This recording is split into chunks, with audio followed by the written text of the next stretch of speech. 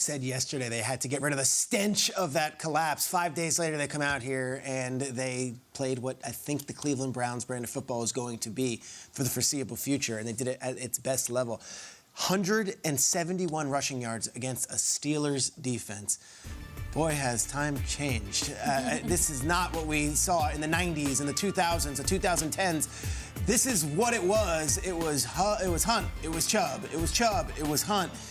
This team leads the NFL now with 191 rushing yards per game. And when Deshaun Watson comes to the team, everyone has these grand visions of what the offense is going to be. And then when he's suspended, everyone has these grand visions of the team falling apart. This is going to be the offense if you've got these two running backs in that offensive line. Watson, Brissett, Baker, or otherwise. And when it was rolling, it was rolling.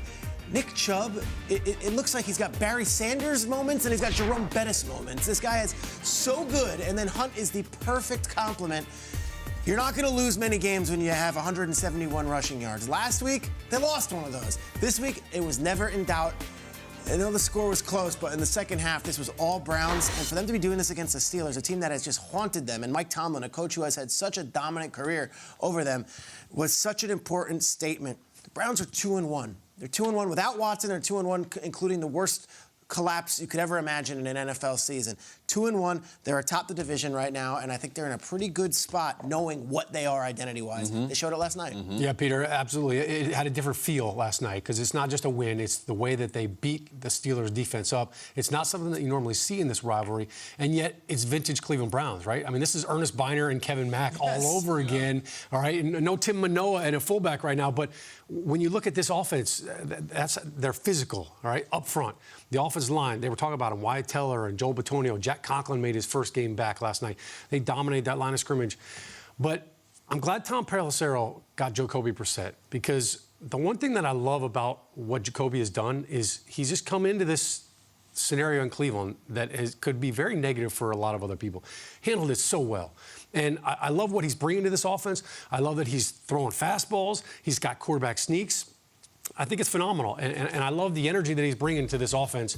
And I thought it was very fitting on this 3rd-and-1 play right here, or not that play, but on 3rd-and-1, that they dialed up that big play right there. All right, that play-action play. When everybody in the stadium was thinking this is run, and it looked and sounded like it was going to be a run play, and yet Kevin Stefanski said, no, I trust JB. All right, you're going to get the football. There's the quarterback sneak. Look at him all fired up. All right, he's excited, pumped up. Look, not blowing anybody away in the stats, but he's doing what's necessary. And the touchdown throw to Njoku in the back of the end zone, that was a fastball. That was a heater.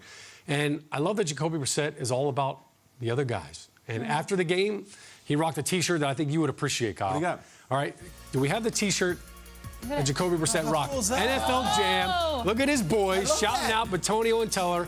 How fitting. We got a little segment coming up on the show here with exactly that. There's his two-man squad.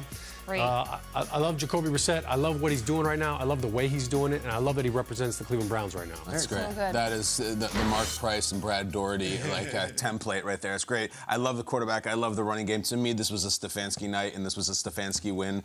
Weird week.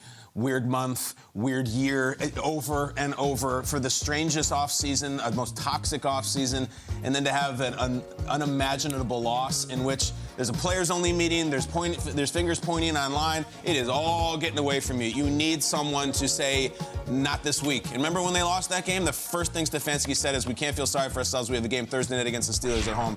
They came out in this game sharp, motivated, running like that. Everybody's got good players, guys. Everyone has good running backs and good pass rushers. It's the coach. That is a coach of the year from 2 years ago. And there's a Tomlin thing where it's always about Tomlin, and Tomlin's earned that. But it almost reminds me of, like, McDermott, AFC. It's like, it's not all about Belichick. Like, I can coach too. And Kevin Stefanski coached his ass off last night, and I credit him for him. I think he gets the game ball. I really do. I thought he did a great job this week. Can I beat the complimentary football drum enough with it's about Hunt, it's about Nick Chubb, but you need Amari Cooper to step up as well in a game like that for allow the run game to open. That's back-to-back weeks that Amari Cooper had 100-plus receiving yards, and that might surprise you only because no one talked about it after that loss that the Browns suffered on Sunday afternoon. The fact that Amari Cooper, 100-plus receiving yards, and then he does it again on Thursday Night Football on a short week. They need him to step up And we talked all offseason about other trades involving wide receivers, Devontae Adams, Tyreek Hill. This one got swept under the rug for a lot of reasons. A lot of other headlines were catching people's eyes. But all of a sudden, Amari Cooper is saying, watch me within this offense. I can help. I can be the guy. The Dallas Cowboys might be looking at that saying, darn, I wish we managed our checkbook a little differently to have him still in a Cowboys jersey, but the Browns are sure lucky to have him. And tearing up the secondary was one Amari Cooper, which I'm sure Jason has something to talk about with that Steelers secondary. But Jason, it is your stage, my friend. What would you like to focus on in this win for the Browns? You guys hit Amari Cooper, Nick Chubb, Kareem Hunt. Give the defense some love. The past 2 weeks we've talked about they've allowed teams to come back. We saw the meltdown versus the Jets. In week 1, they were up 20-7 versus the Panthers and let it be a game. Last night, 3 points allowed in the fourth quarter. They were on the money after giving up 34 in the first 2 games. You see the difference of yardage right there, the first downs allowed. I have to give this defense credit. And this is when they lost some of their starters. Anthony Walker Jr., the guy who called that players-only meeting this week.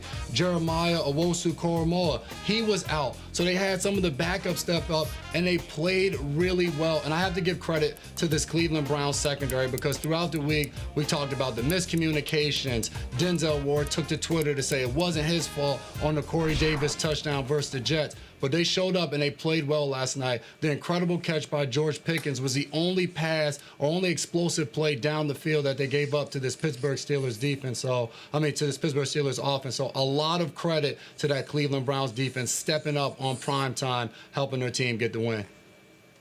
Jay, that's really cool. I know yesterday on the show you were talking about you needed them to step up, the Browns secondary, and for you to see it firsthand because you called the game last night on the radio is fantastic.